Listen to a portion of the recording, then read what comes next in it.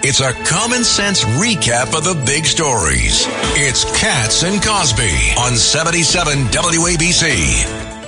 Another huge hurricane heading towards the southeast of America. I mean, this is unbelievable. And it can be as high as Hurricane Force 5. Yeah, that could be enormous. And they're still recuperating. Look what's going on in North Carolina. They are devastated. And of course, everyone talking about, where is the money? Well, it seems like they have a lot of money for migrants. Joining us now is Congresswoman Virginia Foxx from the great state of North Carolina. First of all, Congresswoman, how are your constituents doing? And how hard were their homes hit? I mean, some of the pictures are apocalyptic still. It is apocalyptic. But before I start talking about North Carolina, I want to pick up on what you all were saying just before you put me on about Israel and what Israel has to do. I completely agree with you. Israel has to do whatever it needs to do to protect itself. It is a sovereign state. It has been attacked, and it has every right to defend itself. And I stand 100% with the Israeli people, and I'm fighting very hard against the anti-Semitism that exists in the colleges and universities. So I wanted to say this is a terrible anniversary, but one that will remain in our history as we think about the inhumanity of man to man. And it's awful. You know, Congresswoman, before you go on, you know, it's disgusting. And you have been so great and so eloquent, first of all, with all those hearings. I think of you and Elise Stefanik grilling these, university presidents. Here are the same universities. They're having huge protests again of all days, like you said. I mean, it's got to be disheartening and so frustrating to you. Well, and not just frustrating to me, but frustrating to Jewish people all over the world, that instead of being in solidarity with the Jewish people who were minding their own business and were, Israel is not an aggressor nation. You know, one of the things that hit me when I was in Israel was that Israel doesn't have an army. It has an IDF, Israeli Defense Force. And that was a really eye-opening experience to me, because Israel doesn't have an army. What it has is a defense force, and it only strikes when Israel is attacked. And that was something that I really understood from my trip to Israel. It was several years ago, but it's very important, and I think people need to understand that. Congresswoman Foxx, two things.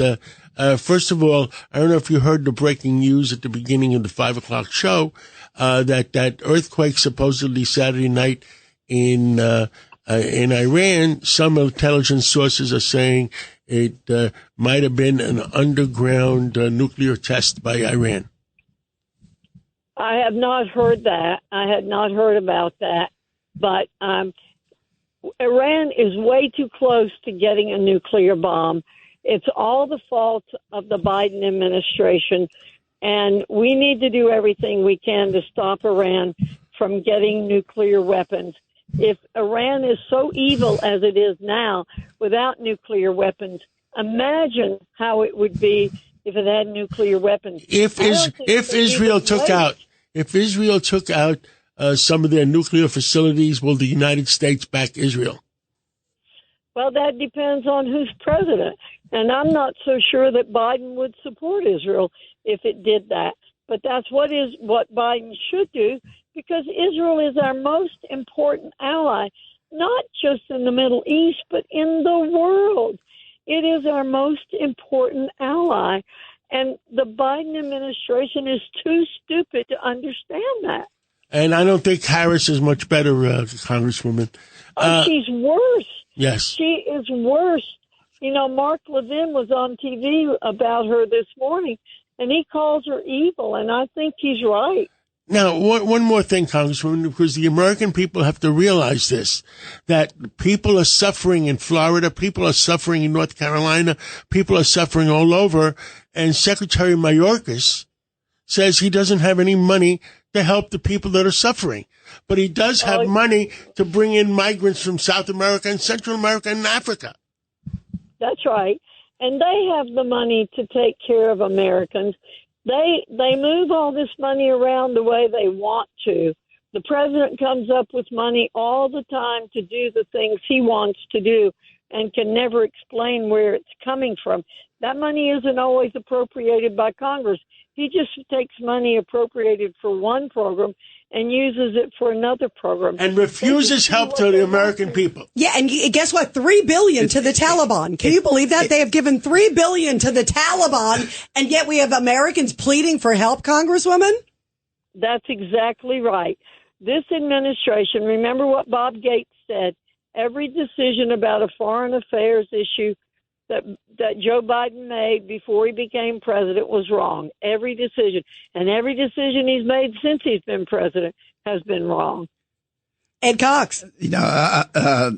Virginia Foxx, this is even worse. This is the ultimate bureaucrat, Secretary Mayorkas, using a disaster to get money for his bureaucracy. It's right. that simple. Absolutely. I'm sure the money's there. He just wants more of it. Yeah, he just wants to put it, and also wants to put it somewhere else. Where are your priorities? That's the bottom line, Ed. That's right.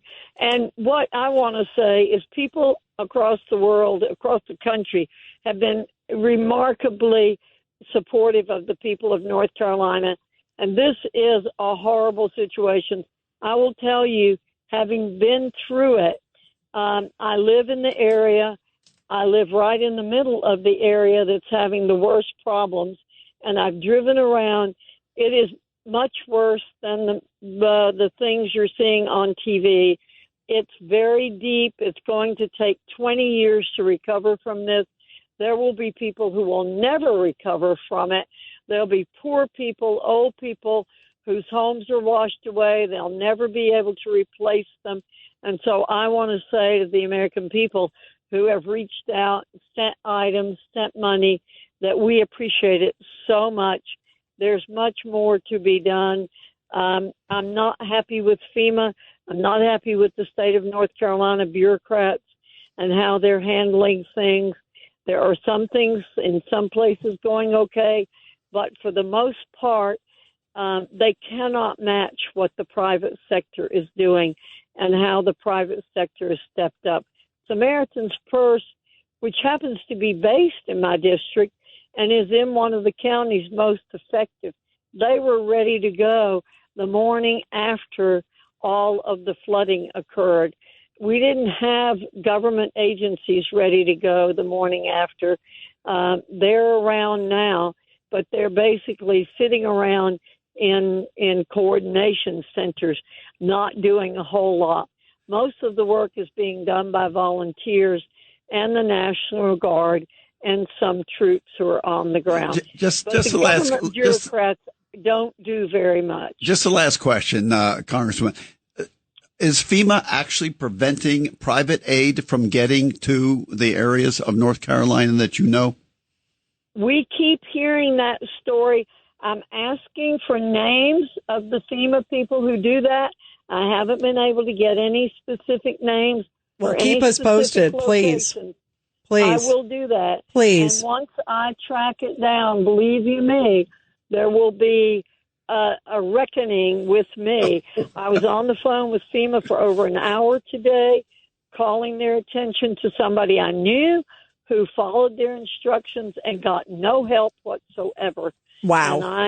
And I'm taking chapter and verse, and that's what we have to do. Congressman Virginia Foxx, please let WABC know, and we will broadcast it to the world. Thank you so much, Thank John. you so much. Appreciate it. O'Reilly.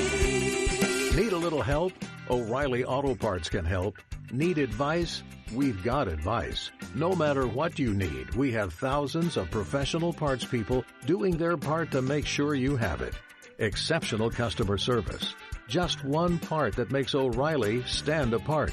The professional parts people. O'Reilly.